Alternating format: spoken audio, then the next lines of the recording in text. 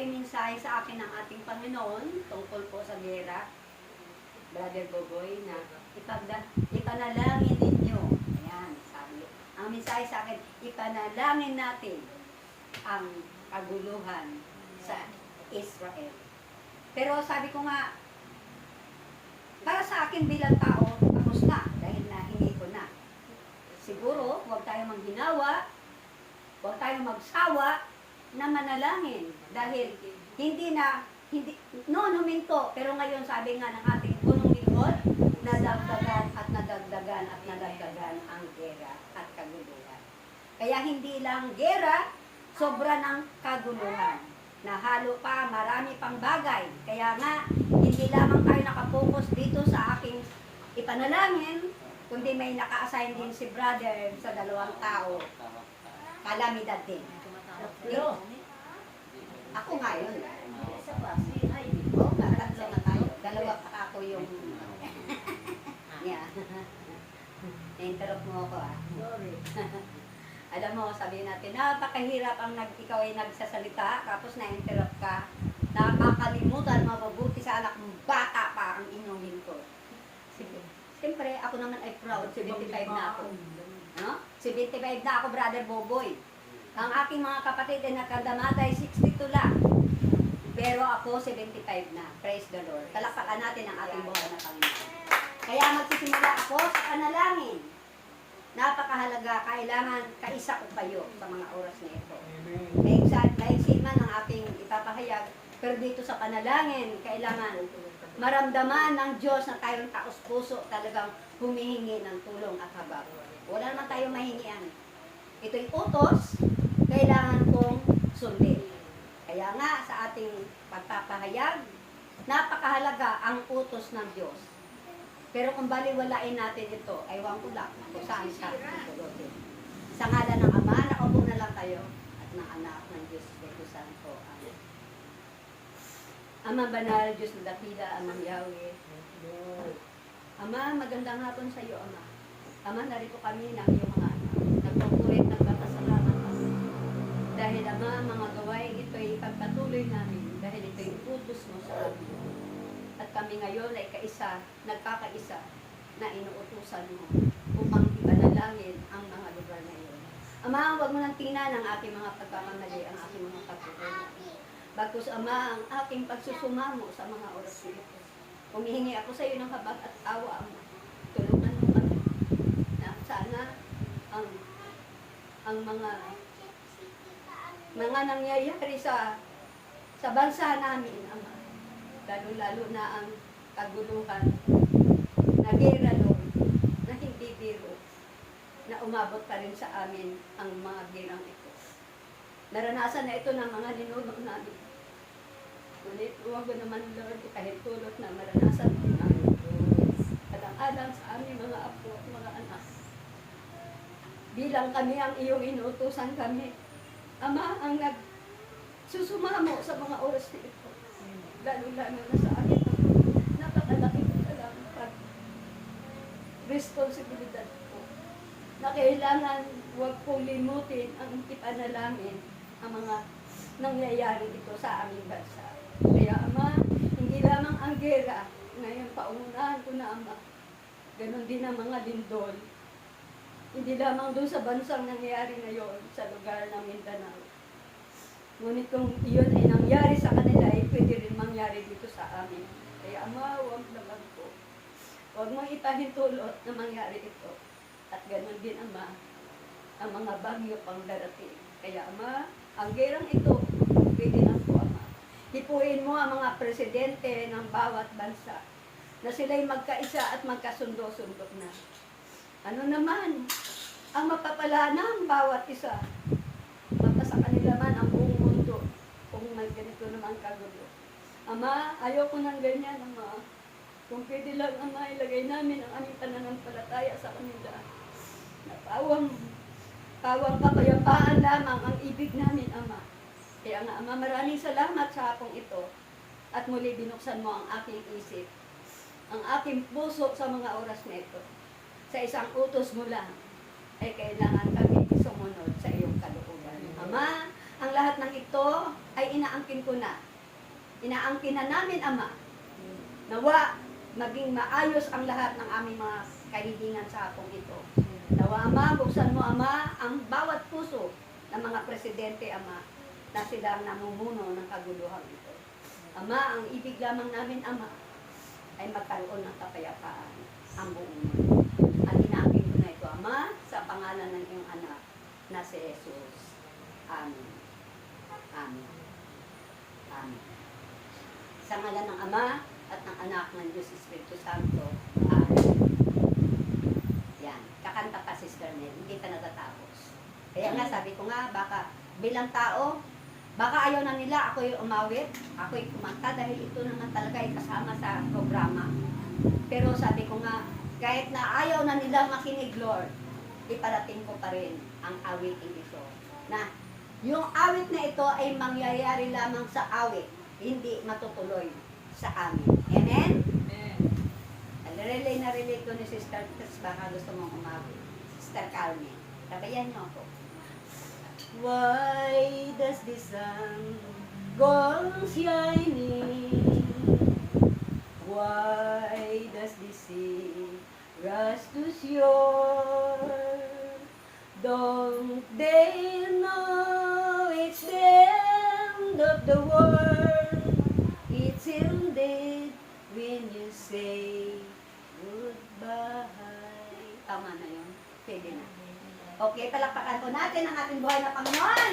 Maraming palakpak! Maraming praise! Thank you po, Ama. Maraming salamat. At tunay nga po na napakabuti ng Diyos sa atin sa pamagitan ng dasal na mayroong pag-ibig. Yun ang sinasabi nga ng ating Panginoon. Kung ang pagsunod natin, katulad lamang ng parisiyo, ay hindi maririnig ng Diyos. Ngunit kung ang ating pagsunod sa mga oras na ito, alam ko, dininig na tayo ni Amang Yahweh. Matitigil ba? Amen. Matitigilin ba? Amen. Amen! Palakpakan po natin ang ating buhay na Panginoon. Ayon sa faith natin yon, ayon sa ating pananalig. Dahil ito'y utos, kailangan sundin. Maliit na bagay ito sa pandinig ko noon. Pero ngayon, para ako natauhan, para akong pinaliguan ng malamig na tubig.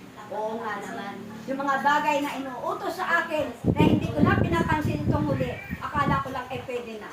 Yun pala, kailangan hanggang nabubuhay ka ay mayroon ka palang gagawin sa mga utos na ito. Kailangan sundin natin. Amen! Katulad ng mga halaman at bulaklak na ito, hindi pala natatapos pa ang aking ministry. Palakpakan po natin ang ating buhay na Panginoon.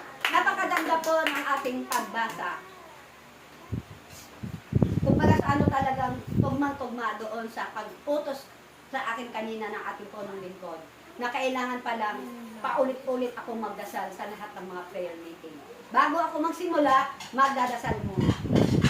Sabi ko nga, kahit na si Ama na lang ang makinig sa akin, hindi ko naman sinasabi ang aking mga kapatid hindi nakikinig. Dahil kaisa ko naman kayo. Amen? Dahil mayroon man tayo mga mahal sa buhay, na sabi nga natin, na ito yung ating iniiwasan pa. Dahil sila ay napakabata at napakamura pa. Hindi pa rin na dinanas ang kasayahan at kapayapaan o kagalakan, katuwaan ng ating mga dinadanas sa mga ganitong gawain. Amen? Ibig ko madanas din nila. Kaya nga sa ating paglilingkod, huwag tayong maghinawa sa ating buhay na Panginoon. Palakpakan po natin ang ating buhay na Panginoon. Ang utos ng hari ay hindi dapat mabali. Pero hindi ang hari ang nag-uutos sa atin dito. Hindi pangkaraniwang tao ang nag-uutos sa atin dito. Ang nag-uutos sa atin dito ay si Amang Yahweh na dapat natin sundin. Amen? Kung paano sumunod, sino ba yon? Yung gumawa ng arko? Si Noah. Na pagkamala na siyang siraulo. Di ba gano'n naman talaga? Na kapag ikaw ay sumusunod sa kalooban ng Diyos, na yung katakataka na hindi naman dapat gawin, ay gawin mo, talagang napaka-bless yung taong yun. Kaya nga ako, ano naman, kung sasabihin ko ano pa man sa akin, ako lang yon. Pero sinasabi ko ng lubusan sa mga oras na ito, kung nakaranas si Noah ng mga ganong bagay, kailangan danasin ko rin dahil inuutusan ako ni Amang Yahweh. Palakpakan po natin ang ating buhay na Panginoon. Sa kanyang pagsunod, kalit-liitang mga sinasabi doon, detalye, ginagawa niya. Kaya nabuo ang arkong napakaganda at napakaraming nakasilid doon. At marami silang nakasakay pala doon. Iniligtas ng isang tao na siya lamang ang inutusan, ngunit isang sambahayan din ang kanyang iniligtas. Pati mga kahayupan ay isinakay niya doon. Ang lahat na sumampa doon sa bangka, hindi lang bangka yun, arko. Silang lahat ay iniligtas ni Amang Yahweh. Amen? Yun ay panahon noon. Sa panahon natin na ito, kailangan pa bang gumawa kami ng bangka para tayo sumunod? Hindi na. Ang lahat nakarinig ng mabuting balita. Kailangan ay sumunod na. Hindi na ito hula. Kung ito'y nangyayari na sa buhay natin. Ano naman kung makamalan tayong ganan? Baliw. Baliw tayo kay Amang Yahweh. Gusto ko na maging baliw na sumasunurin sa ating Amang Yahweh. Palakpakan po natin ang ating buhay na Panginoon.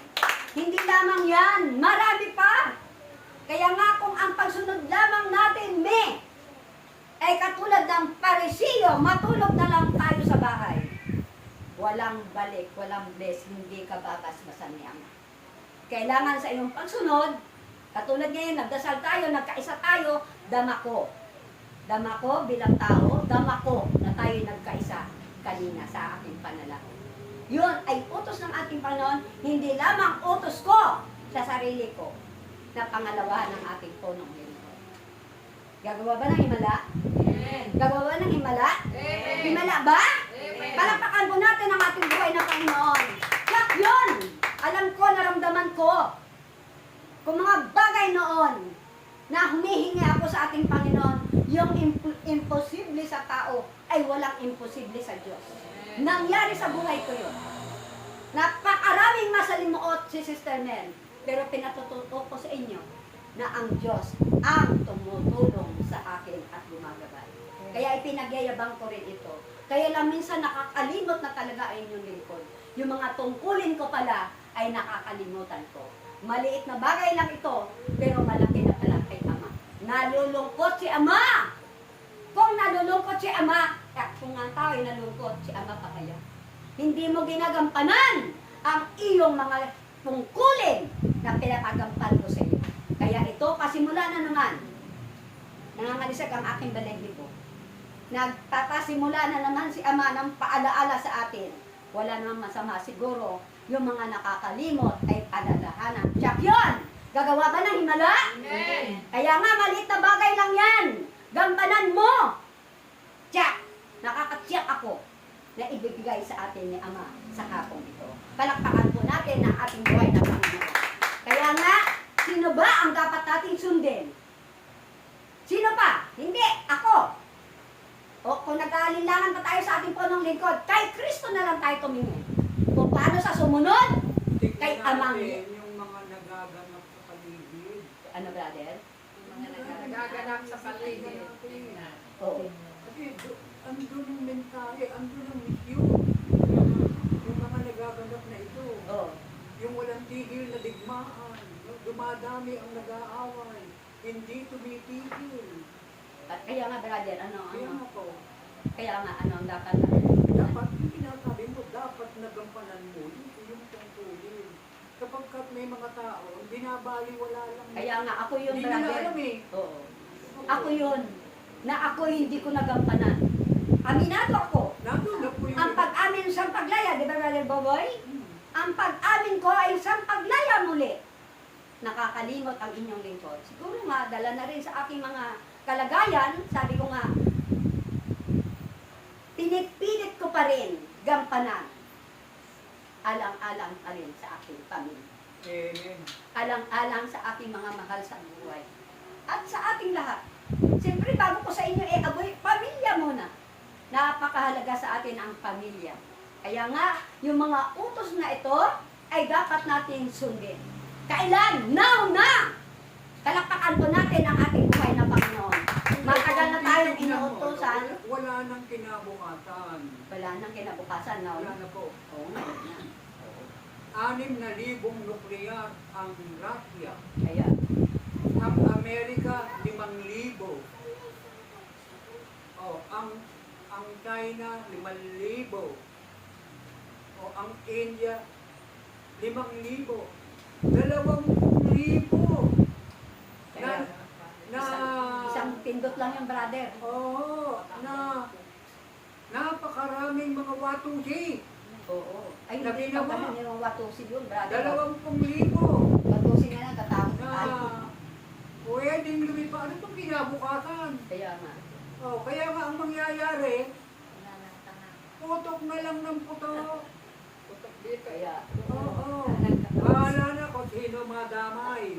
kaya nga ngayon habang may ginagawa ka, May dami. prayer ka rin. Amen? Huwag tayo manghinawa mag-pray. Kailangan, kahit na may ginagawa ka double time, ipag-isip mo ay gumagawa. Amen? Amen? Mag Hindi na iintindihan nila. Akala nila, ganun lang. Kaya nga po, ako natatakot na. Huwag ka matakot, huwag ka Hindi, matakot. ang ibig sabihin, ako may banal na pagkatakot na sa mga pangalawang pagkakataon nito. Kailangan ngayon ang tapang mo na ipahayag. Kailangan maipahayag mo. Eh ano naman kung magpagkamalan akong baliw. Mabuksan yung kanilang isipan. Amen. Kailangan mabuksan. Oo. Kasi baka lahat ng kanilang inipon, eh wala na. Amen. Amen. Wala na. Sayang naman. Ate Tess, hallelujah. Hallelujah. Lahat ng yung mga pangarap, wala na. Hallelujah. Hallelujah. Wala na. Hallelujah. Kung Hallelujah. kaya habang kayo'y may pagkakataon. Hallelujah. Dahil yan ay nararapat kahalaga ng bawat isa. Hallelujah. Ganapin ninyo ito ng buong pag-ibig, Hallelujah. buong kababaan ng kalooban. Hallelujah. Sundin ninyo Hallelujah. na hindi kayo Hallelujah. Hallelujah. nagsasalita Hallelujah. laban Hallelujah. sa mga mahalagang ipinag-uutos. Hallelujah. Hallelujah. Buong Hallelujah. pagkataong ninyo Hallelujah. Hallelujah. ay ialay na ninyo. Hallelujah. Mga Hallelujah. natitira ninyong lakas Hallelujah. ay Hallelujah. ialay nyo na rin Hallelujah. para sa kapakanan Hallelujah. ng kaligtasan ng mundo Hallelujah. at sa Hallelujah. ikaayos Hallelujah. bawat kapwa-tao. Hallelujah. Ganon din Hallelujah. ng inyong salin. Hallelujah. Hanggat may lakas, hanggat may pumapatak na dugo sa ating katawan, ay huwag tayong maghinawa. Na ipanalangin natin sa Diyos ang ating kaligtasan. Dahil ang kaligtasan lamang natin ay sa Kanya. Amen. Amen? Na siya talaga yung magliligtas sa atin. Na kaya nga kung mangyari man yon at ipahintulot ni Ama, wala tayo lahat. Walang exempted dito sa mga bala na yan. Na tweetis sabi ni brother. Kahit na New Year lang, pangkaraniwang mga baguto, ay natatakot ako eh. Yan pa kaya. Gaano ba kalalakas yan pagka yan ay dumating sa Pilipinas. Talagang sasambula ang buong daigdig.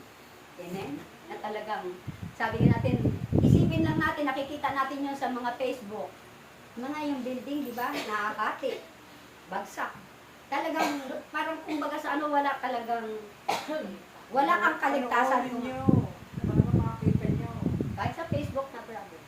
Eh, sa Pilipinas nga eh, halos nawasak yung ating ano. Kaya nga, ang dami nangyari na sa buhay natin. No?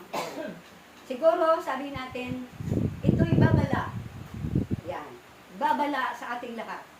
Hindi lamang doon sa mga nangyari sa lugar na yon na pinahintulutan na ng Diyos. Oh, talagang nandun na sila. Umpisa na. Kaya nga, nandun ang brother, nandun na. Pinahintulutan ng Diyos yon. Yun lang ang pamamaraan na masigaw nila, Lord, Lord, Lord, Lord. Marunong din pala sila tumawag ng Diyos. Pero hindi natin pwede silang laitin. Eh baka nagpupuri naman talaga sila. Pero yung sabi nga natin, kapag hindi ikaw nagpupuri sa ating Panginoon, ano ang sabi? Ang mga bato ang mag-uumpugan upang magpapuri sa ating Panginoon. Mga bato na at mga tubig. Ayan, ang ibig sabihin, tsunami ang darating sa iyo. Kaya nga nakakatakot. Amen? Pero sabi nga ni brother, huwag kang matakot dahil hindi lang naman ikaw ang Iniligtas ka mamamatay. ng Panginoon eh. Brother, ano yan? Iniligtas ka daw niyan. Eh, kaya nga po. Oo. Kaya ko lang yung sinasabi dahil sabi nga natin yung tsunami, Ang hindi dito problema, yan yung magdumating. mga taong hindi maliligtas. Mayroon talaga. Oo, Mayroon talaga. Yung hindi alam. Yung mga katulad ni Lot, Oo. di ba? Iniligtas siya. Pero yung asawa hindi naligtas. Hindi naligtas, naging kasi. Naging asin dahil hindi niya alam ang mga nangyayari. Opo. Yun ang Kaya nga naligtas. maganda yung sa'yo nagmimensahe ang Panginoon eh. Kaya nga may babala. Kaya nga po eh. Kaya nga natauhan ako sa ngayong pangalawa. Po kasi tapos na yung aking panalangin na yun. Hindi po. Pero sabi ko nga, Dumagdag pa. okay, dagdagan pa natin ang pagdasal. Okay? Amen. Very Amen. good. Ito na. Tapos na ako. Oh, next. Okay. Next.